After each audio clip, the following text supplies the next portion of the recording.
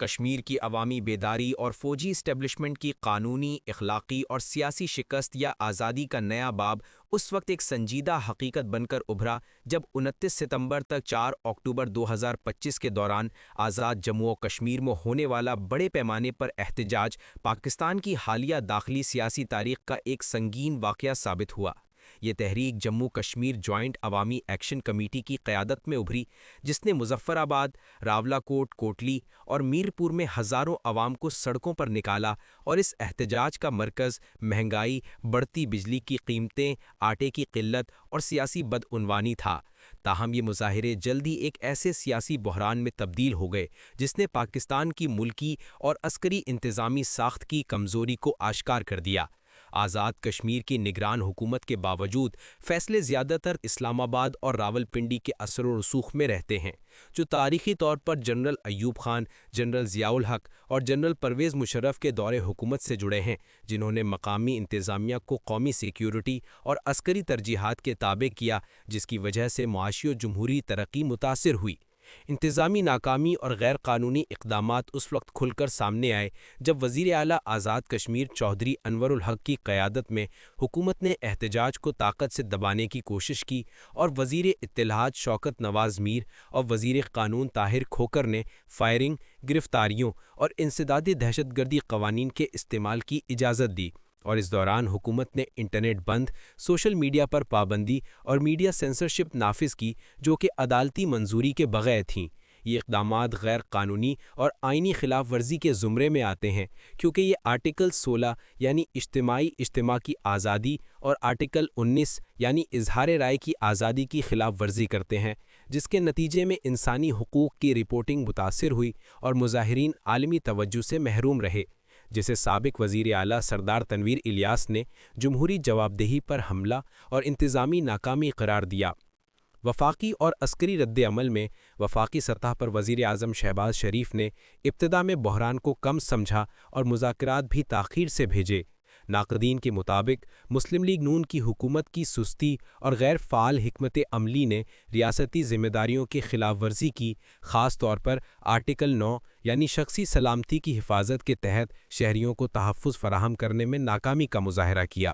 دوسری جانب chief of army staff general Asim Munir نے محتاط خاموشی اختیار کی، اور اگرچہ پیراملٹری فورسز پولیس کی مدد کے لیے تعینات کی گئیں، لیکن کسی مکمل فوجی آپریشن کا حکم نہیں دیا گیا، اور اس رویے کو تجزیہ کاروں نے حکمت عملی کی پسپایہ قرار دیا تاکہ شہری ناراضگی یا بین الاقوامی تنقید سے بچا جا سکے۔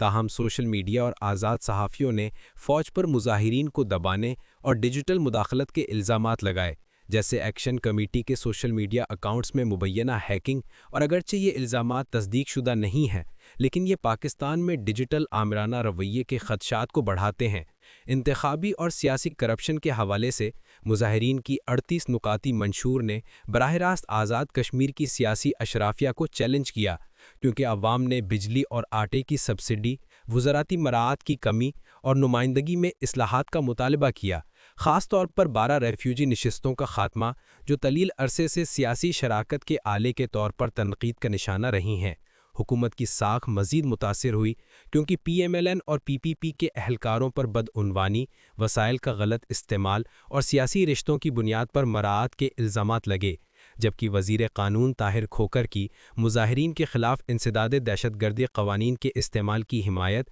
اور وزیر اطلاعات شوکت نواز میر کی بلیک آؤٹ کی توجیہ نے عوامی غصہ بڑھایا۔ یہ تمام تنقیدیں اس تاریخی پیٹرن کی عکاسی کرتی ہیں جس میں ایوب خان، ضیاء الحق اور مشرف نے عسکری کنٹرول کے تحت شہری انتظامیہ کو دبایا اور سیکیورٹی کو ترجیح دی۔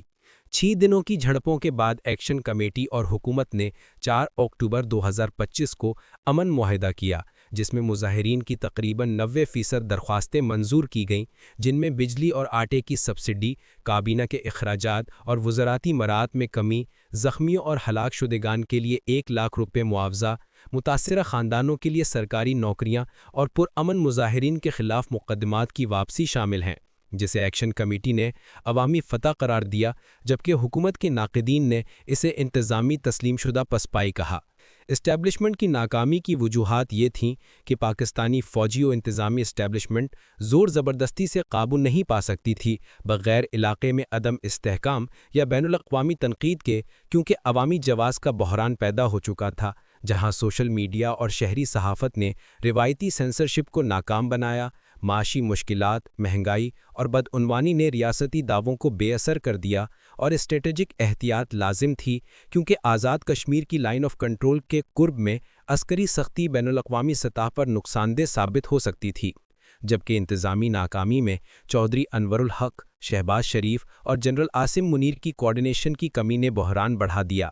نتیجہ یہ ہوا کہ 2025 کے آزاد کشمیر کے احتجاج نے ہائیبرڈ حکمرانی کے نظام میں بنیادی کمزوری کو بے نقاب کیا، جہاں عسکری اثر و رسوخ، سیاسی بدعنوانی اور انتظامی ناکامی مل کر ریاستی قانونی اور اخلاقی جواز کو کمزور کرتی ہیں۔ انٹرنیٹ بندش، میڈیا سینسرشپ اور انسداد دہشت گردی قوانین طاقت کا مظہر نہیں بلکہ ادارتی کمزوری ہیں۔ اس معاہدے نے بحران کو قابو میں کیا، لیکن یہ بھی واضح کر دیا کہ منظم شہری حقوق پر مبنی احتجاج پاکستان کی مضبوط ترین طاقتوں کو بھی دباؤ میں لا سکتا ہے، اور اگر وفاق اور فوج شفاف غیر مرکزیت پر مبنی اصلاحات نہیں کریں گے تو آزاد کشمیر کا یہ بحران مستقبل میں ایک ملکی سطح کی عدم استحکام کی مثال بن سکتا ہے۔